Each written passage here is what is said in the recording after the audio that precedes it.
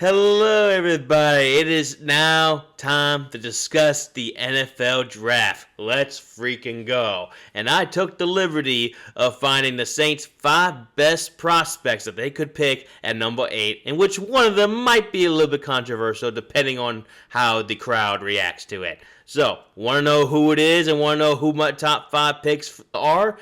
Find out later in this video on the Who Dat Weekly. Let's hit that intro.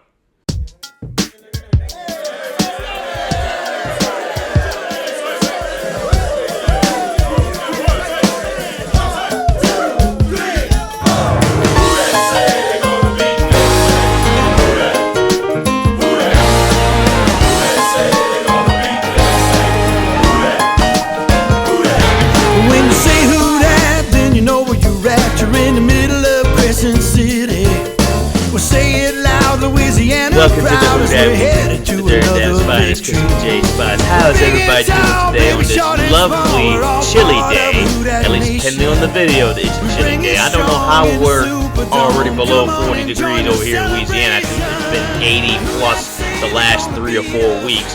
But here we are. It's cold. It's nice. I like the cold. If you guys don't like the cold down here in the deep south, suck it. Regardless, it is time to start talking about the NFL draft, and I took some time to look into some prospects, and that's actually number 3 on this list. I'm kind of going backwards here, but it's totally fine. But the first thing we're going to talk about is the updated Saints free agent signings that we have made just recently. We're also going to briefly talk about what's next for Alvin Kamara and Kendre Miller. It might sound like a repeat of what we said last year, but not completely. Things have changed since then. And then obviously, last but not least, we're going to give the Who Dat Weekly's top 5 must-draft players at number 8. I hope you guys are excited about this episode. I sure am. I did a lot of research this time around. I've been so busy with my YouTube series that I just kind of put it in the back burner. But I decided, you know what? It's almost draft time. Let's focus on that for this week.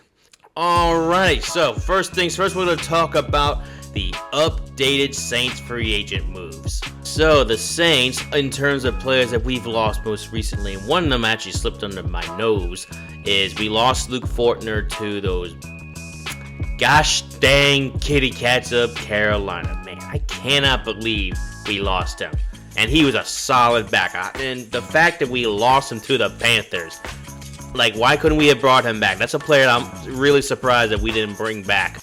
And it really sucks that we lost him to a division rival. But maybe he's getting an opportunity to start, knowing that he may not start next season. But at the same time, it would have been wise to bring him back because Eric McCoy is not a given. He's been injured back-to-back seasons with back-to-back season-ending injuries. It's really no given to when he'll be available, or really if he'll be available all season long. That's the key. He'll probably be good for a couple games, but if he gets injured again, then we're in some serious trouble. So that's a painful one to lose, and I'm really sad that he's late leaving us, and I'm really disappointed that the Saints didn't even bring him back. So I don't know why they did that. But other recent losses that we've had, we got rid of Kai Kroger. He was traded to the Texans in exchange for some second-round draft picks for, I think, 2027, if I'm correct. Maybe 2026. I'll double-check myself. But we traded him to the Texans, and probably that was the best move we could make because we can't have 2 punters on. Oh, you might need a backup punter, but that's usually where the kicker comes in.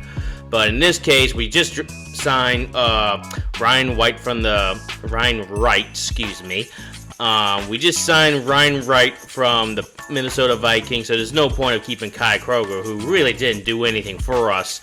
In fact, he wasn't really that good to begin with, so thank you for everything. Sorry it didn't work out, but, the NFL is a business. Other losses that we have, another player got picked up by the Houston Texans is Foster Moreau. He was our tight end from last year. Again, another player that I wasn't surprised would not come back because we just signed Noah Fant, who's a player I forgot to mention in my last live stream video. I'll mention him in this one as well shortly.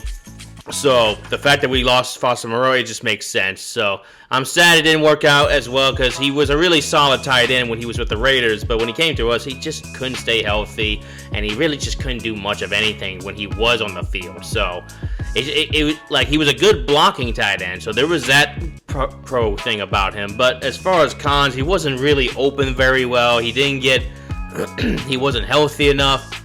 So it kind of sucks, but it is what it is. Anyway, so those are the 3 players that we most recently lost. Not really huge impact. In my opinion, losing Luke Fortner was a big impact because he was a really good center, in my opinion, especially a solid backup at the very least. So that kind of sucked. But let's go ahead and talk about the most recent free agent moves. So today, ironically, of course, today, when I say today, it's based off the posting of this video, we signed running back Ty Chandler from Minnesota. So that's a very good pick because I've seen his tape, I've seen his stats, and I can even read them for you guys right now. So last season he played in 3 whole games? Oh, okay, not as many as I thought. Oh, that's just rushing. Oh, that's different. Okay, that's a different story. So as a running back, he didn't play a whole lot as a running back, but he was effective for the most part. Wow, really? He didn't do much there either?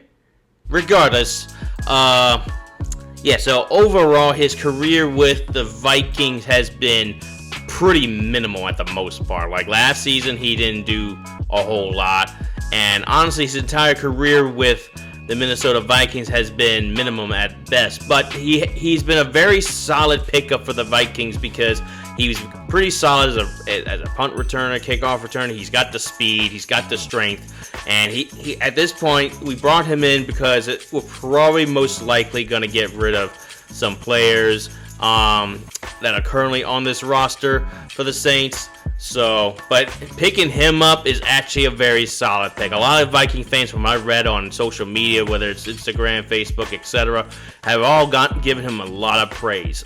So it's going to be interesting to see how he fits in with the team. The way I see it, I think he's going to be a really solid punt returner and a kickoff returner because we really need that. Because as you know, we got rid of Shaheed last year. He's now with the Seahawks for another couple years. We really needed a solid kickoff/punt returner. And I think Ty Chandler would fit that need very well. He's got the speed, he's got the agility, he's got pretty much everything you could ask for. He may not be your starting running back for obvious reasons. He's not big enough for that, but overall, I think it's a good enough pickup to where we not only get another depth piece to the running back room, but also a solid special teams unit as well. And then we go over to Caden Ellis. Now, Caden Ellis, by far, is my top 3 favorite free agent signing that we just got recently. He is a former Saint. We drafted him back in 2018. That was when we made our near Super Bowl run. Look at you stupid-ass refs. He was a rookie for us, and let me tell you, for a rookie at the time, he was solid. He was very solid. And then he started playing some more games as the first 3 years of his career went by in New Orleans, and his best season with us before he left for Atlanta was in 2021, where he racked up 9 solo tackles, 8 assists, had a sack, had a forced fumble, and that was his best yet. Ever since then, he went on to sign with Atlanta, played for 3 years with those clowns and black and red, and oh my god, they're disgusting, man. They're absolutely disgusting. Anytime I think of the Falcons, they're just trash, absolute trash, mediocre, garbage, etc. They are dumpster juice. Anyway, so he played for Atlanta for the next 3 years, and that's where his career really started to take off. He became one of the top best linebackers in the league with I'll just read them step by step for each year. In 2023, he had 122 total tackles. 82 of them were solo. 40 of them were assists. He had 4 sacks. And in 2024, he doubled that in total tackles, 151, in which 85 were solo, 66 were assists. And in 2025 last season, bit of a downhill, but not completely. He had 107 total tackles, 59 solo assists, and 48 assists. 59 solo tackles, excuse me. But overall, he started to really progress upward as he was with Atlanta. It started with us, and then he just went up from there. And now he was one of the best linebackers that were available. And to bring him back after we just lost to Mario Davis is a huge pickup.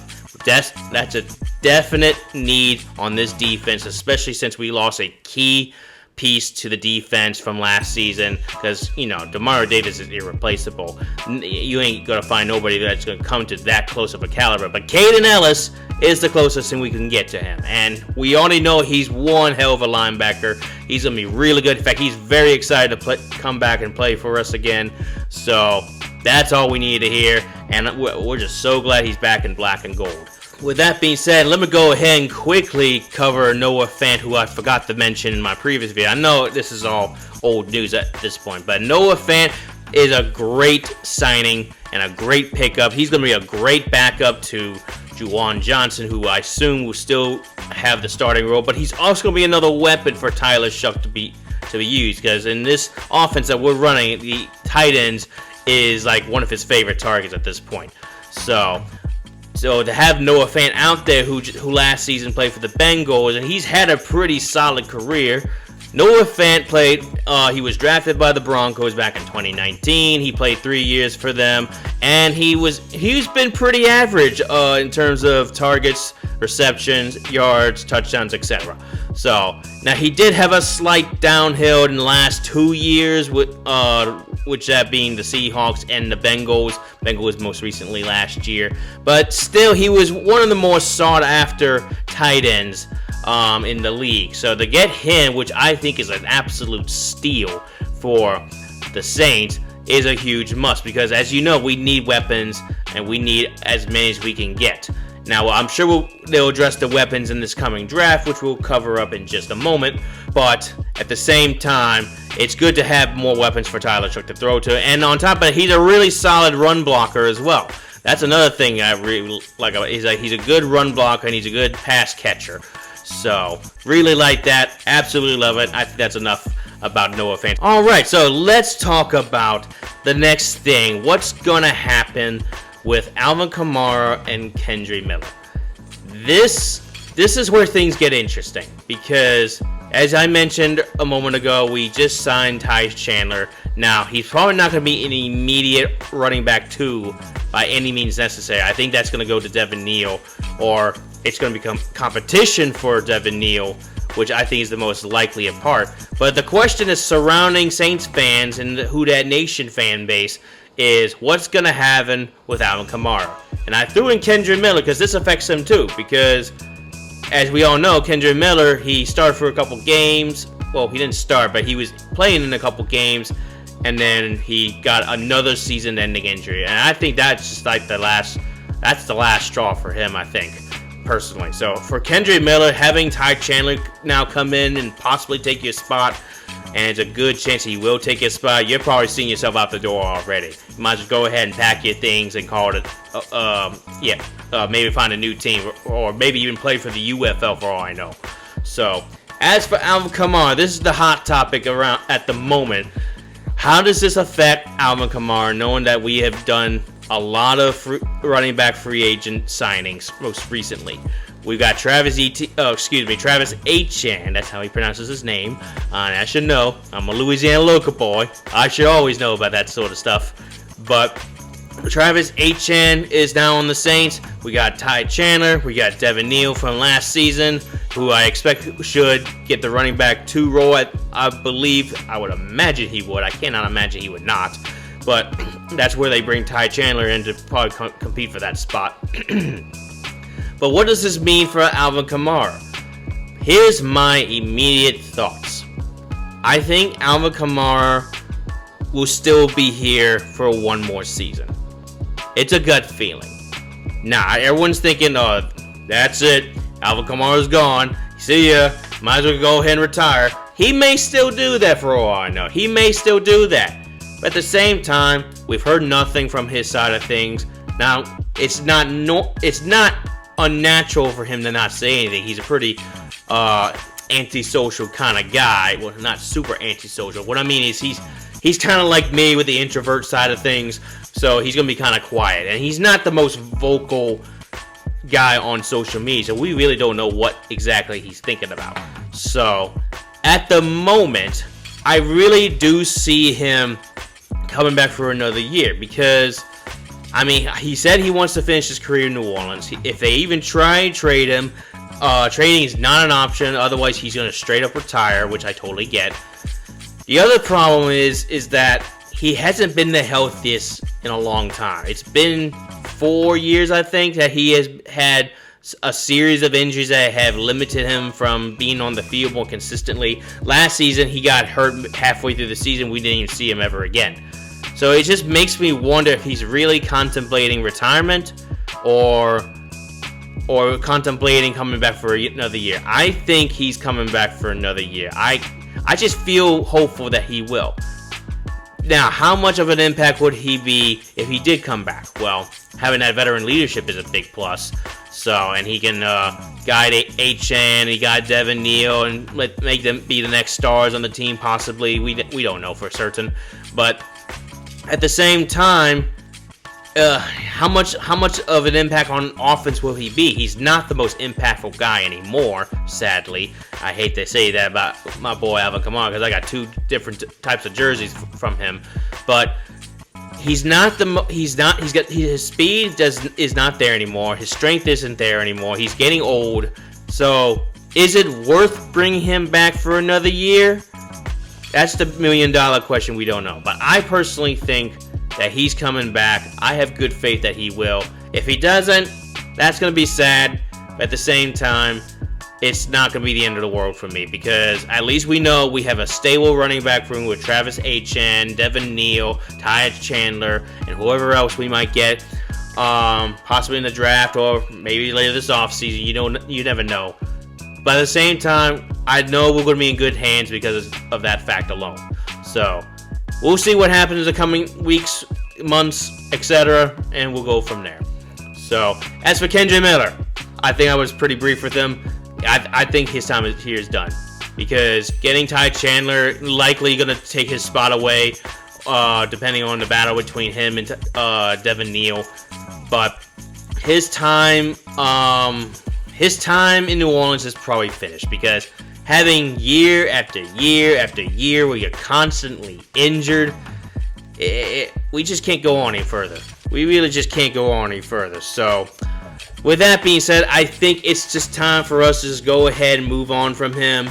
And it's a shame because he showed a lot of promise in college. I watched him play at TCU, and he looked really, really good. He looked like the next bruising running back in the NFL, but instead he became the most injury-prone running back that we just simply cannot afford to wait a whole another year. It's been 3 years now, so it is what it is at this point. So if this is indeed his last time here, best of luck, Kendre Miller. Well, I hope things work out for you in the long run, and maybe you can find a way to get healthier again. Who knows? All right, so let's go ahead and talk about discussion topic number 3, which is the Who Dat Weekly's top 5 must-draft players at pick number 8. All right, so there was a lot of them, and I had to be thorough, and I was just thinking about who the Saints absolutely need, and the top needs that we definitely need are an edge tackle, linebacker, receiver, running back, and probably another inside offensive tackle perhaps, or an offensive guard, period. So those are the 5 needs I took into consideration. I think I found the 5 best ones. I'll, of course, throw in some honorable mentions in there as well. Now, keep in mind, we're just focusing on draft pick number 8. This is the very first pick in the NFL draft for the Saints, that is. I will focus on the rest of the draft in a whole separate video. But in the meantime, let's go ahead. We're going to start with pick number 5. Well, prospect number 5, excuse me. Let's go ahead and talk about prospect number 5. Number 5 on my list is Jeremiah Love. So, now, I know what you're thinking. Well, you must be thinking, why is he number 5 on my list? Here's why. Given the recent signings that the Saints just made, I'm not so certain if Jeremiah Love should be the guy we need to get. Is he going to be a great acquisition to this team if we do? Hell yeah. I mean, look at the tape. Look for yourself. Look at this guy. He's leaping over guys. He's plowing through everybody that he sees. The best play I've seen out of him, which was from a year before this season that he played in, was the game that I forget which team they were going up against, but he ran through 6-7 guys all in one run. The dude is a beast. This guy is somebody I would absolutely love to get.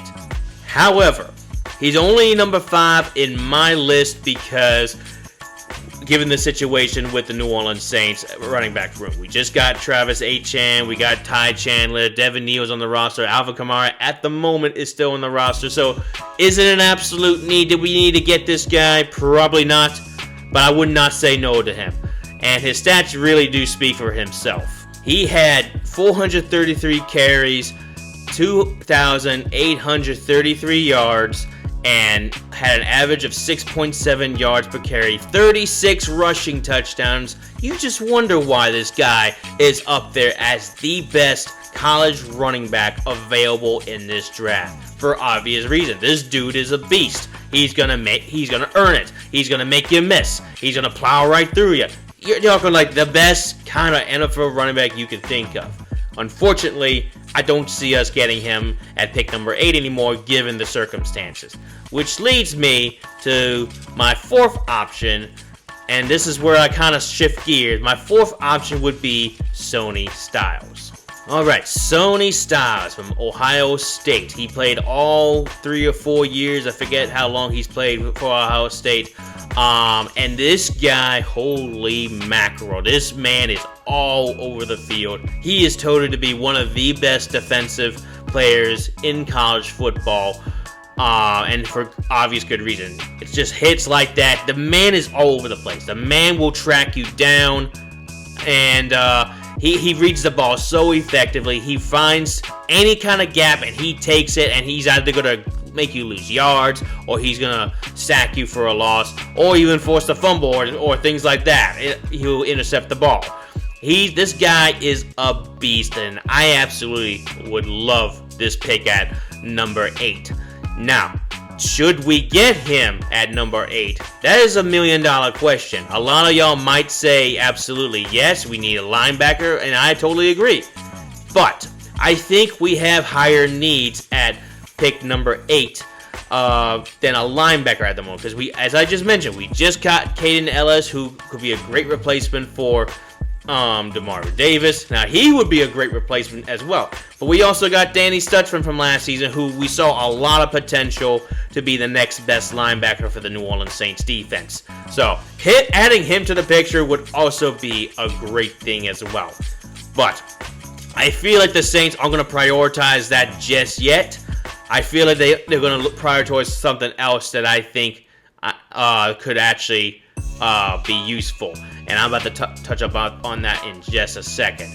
But in terms of his total career stats, he had 245 total tackles, in which I think 136 of them were solo. Actually, no, 186 were solo, and 113 were assists. He also had 9 sacks. He had 3 forced fumbles, 1 interception. This guy is an athletic freak. Like, this dude is gonna get you. He's gonna find an open lane. He's got the power. He can read the offense. He can read the opposing holes in the offense. This guy would be somebody I would totally pick at number 8 if given that option, and if the Saints would actually do it. So, but he's number 4 on my list for a reason. We're gonna go ahead and move on to pick number 3, prospect number 3. I think you guys are gonna like this one a lot. All right, at prospect number 3, we have Arizona State wide receiver Jordan Tyson. Now, a lot of y'all might be thinking, why should we pick a wide receiver so early in this draft? Well, as you know, we really do need receivers. And I know Carnell Tate is like touted as the best receiver out there, but in my personal opinion, I think this guy is. Look at this guy. He's making plays when the play shouldn't have happened in the first place. This guy is like, he's going to catch everything that's thrown his way. He gets great enough separation to give his quarterback time, and he's just an easy target to throw to. I think Tyler Shough and him are going to have immediate chemistry. That's just the vibe I get from just watching this dude. He's he's fast, he's speedy, he can get space between defenders and create space between the safeties, and he's got the best set of hands I've ever seen out of a college receiver so far this year. Man, oh man, like look at this. He can even do deep threats. This guy is a deep threat, a mix of a solid receiver, number one type of receiver. Like, I could totally see us getting this guy if Carnell Tate is not available. Now, personally, I would prefer this guy instead of Carnell Tate. Now, I'm not dissing on Carnell Tate from Ohio State, but I think Jordan Tyson has what it takes to be a receiver one just based off these highlights. And man, oh man, I would absolutely kill to get this guy. In his overall stats, he played 2 years at Arizona State and 1 year at Colorado. And his stats, he had 158 career wide catches for 2,282 and 22 touchdowns. This guy is a catching machine, and if it reminds me of anybody, it reminds me of Michael Thomas in his prime. This guy could be the equivalent to Michael Thomas in my personal opinion. Will they actually pick him at number 8? You never know. The Saints really do need receivers, and I feel like he is the best option that we could get. But you just never know what the Saints are thinking. And I really, from what I've been hearing from rumors and whatnot, that the Saints are definitely looking to draft offense, and that is why he is on my top 5 prospects that I think should be picked at number 8. Now, you're probably wondering, who's number 2 and who's number 1? We're going to cover that in just a moment. But let me go ahead and share with y'all who number 2 should be picked. And you guessed it. Number 2 is Carnell Tate. Now, I know it sounds like I might contradict myself when it comes to comparing Carnell Tate and Jordan Tyson. I still believe that Jordan Tyson is definitely the better receiver out of the two. But Carnell Tate is on here at number 2 because this dude is he looks like an NFL receiver. That you just look at him and if you look his way, he's gonna catch that. He's really best known from what I've seen in highlights and from games I've watched him in. He's really known to be that kind of deep threat receiver, which is something we definitely could use. Because assuming that they still have Chris Olave as wide receiver 1, this guy could be the wide receiver 2 that we're looking for. Or if they go back with Jordan Tyson, they could make Chris Olave receiver 2 and then Jordan Tyson receiver 1. I don't know which one's going to come first. But if we were to pick this guy, and this guy clearly has stats just slightly better than Jordan Tyson, I think this dude right here, it would be the best wide receiver pick to get in at pick number 8. Now, do I want them to pick him at pick number 8? No. I think we could probably snatch him up in the second round, honestly. He's a second round pick. He screams a second round pick. As I just mentioned, he's got a great set of hands. He's got a great set of speed. He can be elusive, as you just see on the screen here. He's got a great deep threat. He's got a good midfield attack. Like, he's really handy with his hands. I just realized I made a bad joke, but here we are. Regardless, he's number 2 on my list just because stats-wise, he does clear Jordan Tyson. Even though I don't agree with it, I think Jordan Tyson is definitely the better receiver over him, but you can't deny the stats. So, stats-wise, he had 121 catches, definitely far fewer catches than Jordan Tyson, but also he has 1,872 yards and then 14 touchdowns altogether. So, with that being said, now that I'm realizing it, he's actually got less stats than Jordan Jordan Tyson, I think.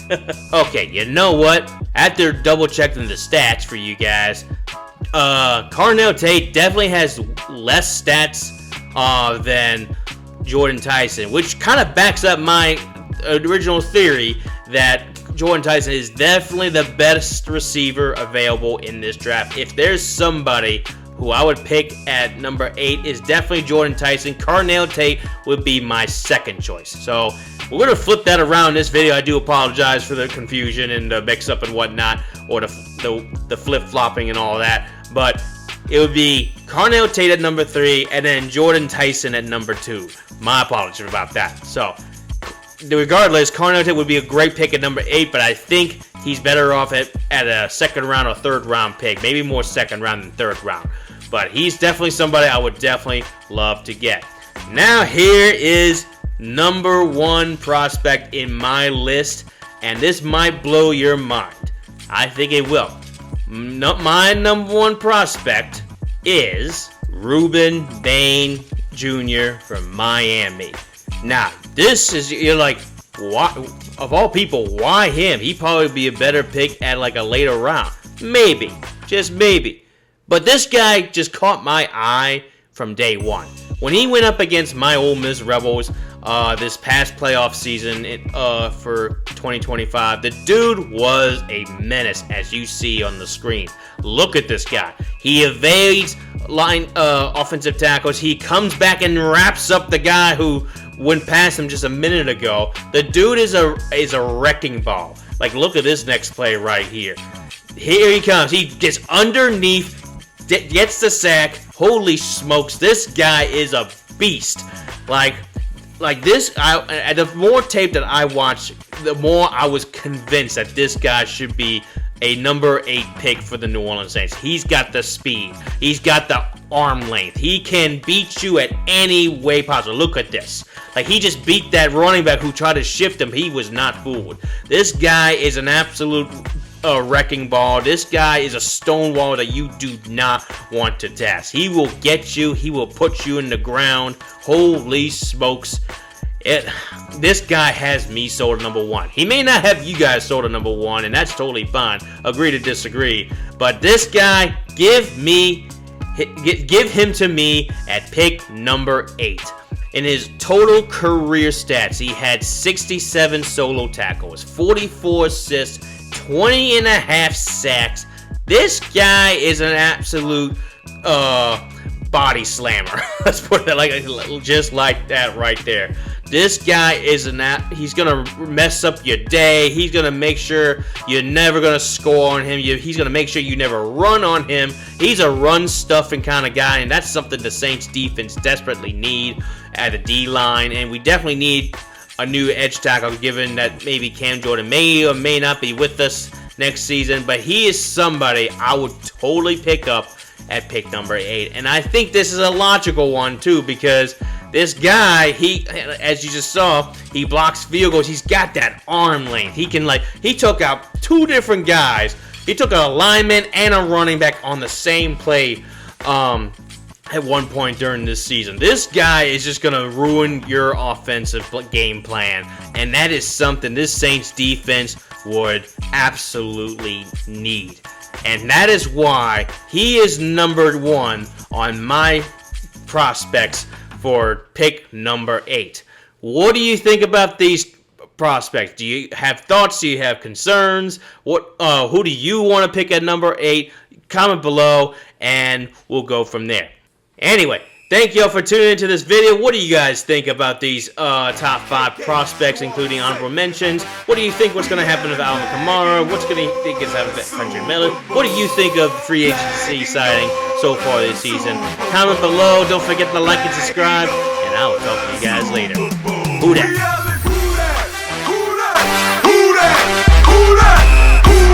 Say they gon' be damn same. We yellin', who that? Who that? Who that? Who that? Who that? Say they gon' be damn same. We goin' to Miami. Already tamed, no